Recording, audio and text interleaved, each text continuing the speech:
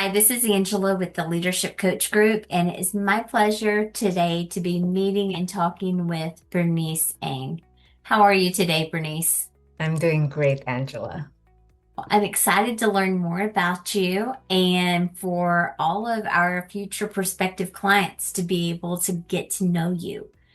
Can we start off with having you describe what you would explain your coaching style to be? Well, my clients always joke that I'm the velvet hammer, and they experience me as kind and supportive, yet very direct and high impact.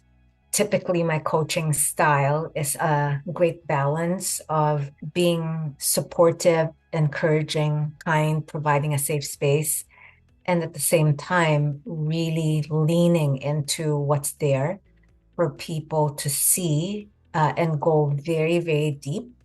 And because of the balance, people feel very willing and able to explore deeply within themselves because they feel safe.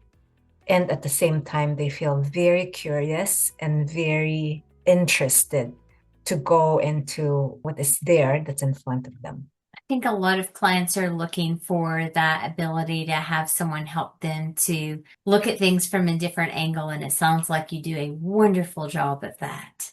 What tools and techniques do you enjoy using in your coaching process that helps you with that process? I'm very custom, so it depends on what the client needs and where they're at. But if we talk generally, there's always the assessment tools like Hogan, which is very excellent science-based tool that helps people see an X-ray vision into themselves, their values, their motivators, what derails them when they're under stress. I also make sure that people understand the depth of what it is that they're working with by providing them with not just guidance, but I send material for them to deeply understand what we're exploring so that they have a chance to really reflect for themselves before we have the conversations about what we're about to dive into. So I'm very research based. I believe a lot in data science balanced with heart and more intuitive approaches. For example, I practice somatic coaching, which means understanding the wisdom of our bodies Mhm. and how it affects our mental states. So I tend to be very holistic. I don't default to any particular tool. I look at what is it that the client is needing, what they're struggling with, and what would best fit them. Whenever you're talking about looking at what a client is struggling with and what would best fit them, if you could describe your ideal client that you really love helping with particular opportunities or Mm, challenges, what comes to mm. mind? Yeah. So I love and tend to work more with people who are already successful. They're Mhm. great at their jobs, they're great at what they're doing, and they're looking for elevation. They're looking for how can I get even better? And a lot of the people tend to be good functionally, like they're really excellent with the functional aspects of their jobs. And oftentimes the challenge is on the people side. How do they inspire? And how do they bring out the best in others? And how do they bring out the potential in other people? And so that's what I love to work on. So my typical client profile are Fortune 500 senior leaders. So they're executives, they're C-suite or C-suite minus one, C-suite minus two. They're leaders of leaders. And they typically have a few hundred people under them or a few thousand people under them. And they have huge responsibilities and huge impact. And to me, it's very fulfilling because you know that working with one person, when they get it, the exponential effect on other people has a huge ripple effect. As you're explaining that ripple effect, I can see a passion for the coaching that you do. Mhm. What first motivated you to want to be a coach and have that effect that could be a ripple effect? Yeah, so I spent over 30 years in the corporate world prior to becoming a coach, and I had the good fortune to have the company invest in me with giving me executive coaches, and those experiences were transformational. It really allowed me to develop and grow and become the person I never could have been without those guidance. And I wanted to give that experience to other people. And so when I retired from the corporate world back in 2018, the only thing I wanted to be when I could be anything was to be an executive coach because it truly is, I think it's a gift for people to receive this kind of exploration and guidance. And for me, it's a privilege. Every day, I pinch myself that I get to do this. It's wonderful you are being able to give back to help others in a way that you have experienced such wonderful growth yourself. When you think of your past career, what are a few of your highlights that come to mind? There are some fun and there are some that are learningful. So the fun one was relaunching Diet Coke for the first time in its history across the world.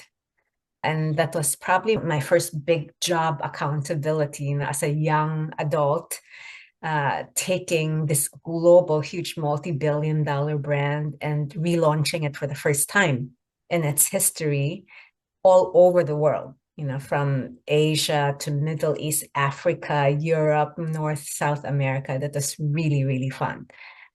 And the learning parts are often times when I've failed, when I've not been able to accomplish goals and I realize, wow, it's because of this and because of that. And oftentimes the underlying part of it is I failed to understand people.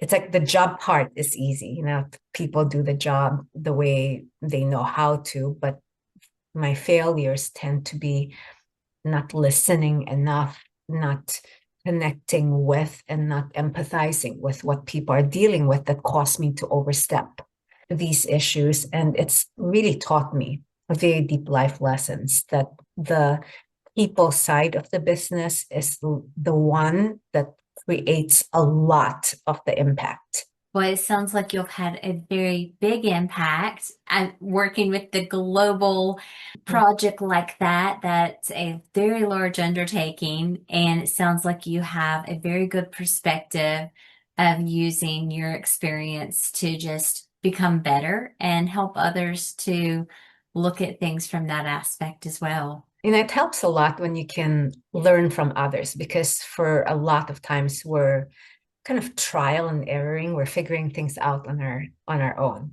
But when you can stand on the shoulders of giants and see, from their perspective, you fast track your learning. I am sure that it is definitely a privilege to be able to help others to fast track that, but also very fulfilling just to be a part of that journey for them to take a greater step because of experience from someone else. I love it. There's nothing else I'd rather do with my time. I can tell you're very passionate about coaching and that that is your favorite thing to do. But in your spare time, what are some Mm. of your other hobbies and interests that you love doing? Yeah, so my husband and I are adventurers. We're always out and looking for what's the next thing we can explore and what's our next adventure. So we travel a lot. We've been to over 80 countries. Uh, we got married in the Masai Mara in Africa. We hiked the Inca Trail. We went canyoning in New Zealand. So we love new and fresh experiences, and we love to always be discovering and learning.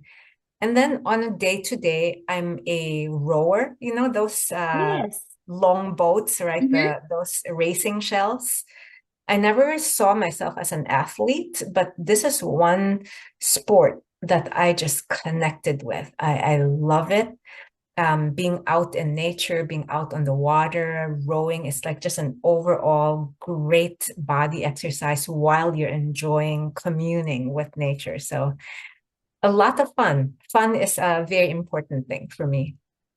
It is very important for all of us, and your adventures sounds amazing. And while you have visited so many countries and explored all over the world, where do you live and reside now, and what other areas have you previously lived in? Oh, I now live in Scottsdale, Arizona, which is maybe a bit of an overcorrection from being in Chicago for 20 some years. Because Chicago, as you know, very cold, very windy, long winters. So we decided to get out of the cold after we retired. Came to Scottsdale, Arizona, really, really hot in the summer. And I've lived all over the world. I was born and raised in Asia, in the Philippines. And I worked and lived in Singapore, Malaysia, China, Japan. And I've also lived and worked in Europe, in London, Lisbon, Paris. And I mentioned we got married in Africa. So a bit of a global citizen. You truly bring a wealth of just experience from your background, from your corporate world, where you've lived in so many locations and explored so much. You have so much to bring that you could connect with so many different people. I look forward to you being able to work to help many of our clients. I'm looking forward to it as well. It's a pleasure getting to know you. Thank you, Bernice. Likewise, Angela. Thank you.